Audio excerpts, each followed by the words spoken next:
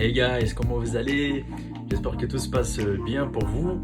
Ça faisait un petit moment que je ne faisais pas de vidéo, donc je suis en train de revenir petit à petit.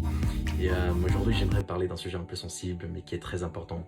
C'est tout simplement à propos des évangélisations en fait. Et je suis pas du tout contre évangéliser en proclamant au métro, dans les centres-villes et tout. Je suis pas du tout contre ça. Je pense que même que c'est de là qu'on voit la beauté du corps de Christ, c'est les multiformes en fait que l'Église a pour vivre et prêcher le royaume de Dieu. Mais par contre, il faut qu'on fasse attention au message et à la manière dont on communique ce message-là. Et souvent, j'ai déjà entendu des choses tellement horribles, des gens qui essayent de culpabiliser les personnes, qui essayent de faire des allusions avec des maladies, qui parlent de l'enfer et tout.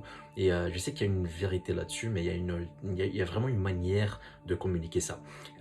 Et souvent, on voit que il y a des chrétiens, il y a des gens qui font le ministère, qui prêchent l'évangile d'une manière que Jésus même n'a jamais fait. Euh, en essayant d'accuser les gens, en essayant de pointer du doigt les péchés des gens. Et ça, c'est vraiment désolé les gars, mais c'est le rôle de Satan. C'est l'accusateur, c'est lui qui accuse. Et à nous, en tant que chrétiens, en tant que petit Christ ici sur terre, en tant qu'ambassadeur du royaume, en tant que disciple de Jésus, on est censé reproduire le même style de vie, le même comportement, agir de la même manière, avec le même amour. Et on voit même que en Luc 19, quand Jésus rencontre Zachée, qui était un collecteur d'impôts, quelqu'un qui prenait les impôts du peuple juif pour donner à l'Empire romain, mais en plus de ça, il prenait une partie pour lui. Donc il y avait de la corruption, il y avait du vol, les gens détestaient les collecteurs d'impôts. Et on voit que Jésus séjourne, enfin il loge chez Zachée, les gens ils sont en train de dire mais comment ça se fait, cet homme c'est un voleur, cet homme c'est vraiment quelqu'un voilà, de mauvais. Et à aucun moment donné, enfin avant ça, Zachée se répond bien sûr et il dit que tout ce qu'il avait, il allait enfin, rendre 4 fois plus de ce qu'il avait pris et tout, et qu'il allait donner la moitié de ses biens aux pauvres, voilà. Mais à aucun moment donné on voit Jésus qui essaye de l'accuser, de lui dire voilà Zachée, regarde comment les gens ils ont mal parlé sur toi, donc change de vie, maintenant tu dois changer. Non, non, on voit tout simplement le temps que Jésus passe avec Zachée, on comprend que ce temps-là, le temps face à la bonté, face à l'amour qui est tout simplement devant lui, le véritable amour, le véritable Dieu est devant lui, la véritable bonté est devant Zachée, et c'est ça qui mène Zachée à avoir un changement de vie en fait. Et on comprend que c'est la bonté de Dieu qui nous mène à la repentance. Et on peut lire ça en Romains, chapitre 2, le juste jugement de Dieu, donc sur le fait de juger les gens. Tu es donc inexcusable, toi qui juges qui que tu sois. En jugeant l'autre, en effet, tu te condamnes toi-même, puisque toi qui juges, tu pratiques les mêmes choses. Or, nous savons que le jugement de Dieu contre ceux qui pratiquent de telles choses est conforme à la vérité. Comptes-tu donc, toi qui juges ceux qui pratiquent de telles choses et qui le fais toi-même, échapper au jugement de Dieu? Ou bien méprises-tu la richesse de sa bonté, de sa tolérance et de sa patience, faute de reconnaître que la bonté de Dieu doit te conduire à un changement radical? Donc on comprend que c'est la bonté de Dieu qui mène les gens à changer. Donc ce n'est pas le fait de évangéliser en disant que voilà, tu vas aller en enfer si tu changes pas de vie. Non, non les gars, c'est la bonté de Dieu. C'est le Saint-Esprit qui va convaincre ces gens de leur péché. Ce n'est pas nous. Nous, on apporte les bonnes nouvelles. On apporte le message de Jésus. On apporte un message d'espoir, on apporte un message pour les gens, pour qu'ils comprennent qu'un jour, Adam et Ève ont fauté, et à cause de ça, Dieu, en étant parfait et juste, devait déverser sa colère sur l'humanité. Mais en même temps, que Dieu, c'est un juge parfait, saint, qui doit être vraiment respecté, adoré. En même temps, on voit que c'est un créateur rempli d'amour pour sa création.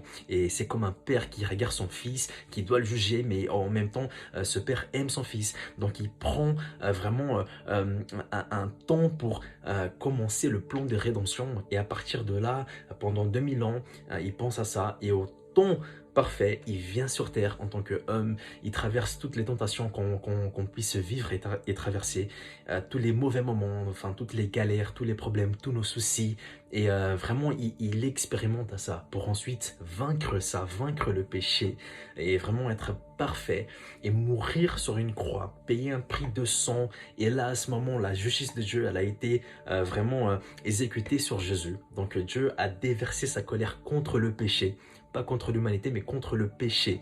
Et à partir de ce moment, chaque personne qui croit dans le sacrifice parfait de Jésus est sauvée. Et c'est ça le plan de rédemption, c'est ça le message de l'évangile. Les gens n'ont pas besoin de tout simplement avoir une conduite des règles avec les 613 commandements comme avec la Torah, comme avec les commandements de Moïse. Non, non, les gens maintenant peuvent savoir qu'il y a un Dieu qui les aime, qui est mort dans une croix pour eux. Et à partir du moment où ils vont tout simplement croire, ils vont être sauvés, ils vont gagner un Père rempli d'amour, un Père qui veut avoir une relation entre Père et Fils, une relation intime, réelle et vivante, qui transforme, qui nous change. Et face à sa bonté, on est changé. Et face à sa bonté, on connaît donc que Dieu, c'est un Dieu d'amour, un Dieu de bonté. Donc moi aussi, je vais me comporter en tant qu'une personne qui est remplie d'amour et qui est remplie de bonté envers les gens. Donc vous voyez, on comprend, on reçoit l'amour de Dieu et ensuite on retransmet l'amour aux gens. Donc ce n'est pas une question d'accuser, ce n'est pas une question d'essayer de faire peur aux gens. Non, Dieu il n'a pas besoin de ça. Il n'a pas besoin qu'on essaye de faire les choses avec la force humaine, avec la force de nos bras. Non, non, c'est le Saint-Esprit qui va convaincre les gens de leurs péchés, de leur mauvaise conduite et de tout ce qu'ils font de mauvais. C'est le Saint-Esprit, ce n'est pas nous. Nous, on apporte le message de Jésus, on apporte le message de l'évangile. Dieu, un jour, il est venu en tant que chair et os pour nous aimer, pour nous sauver, pour mourir dans une croix. Donc les gars, ça c'est le message de l'évangile, ça c'est le message qu'il faut prêcher, ok?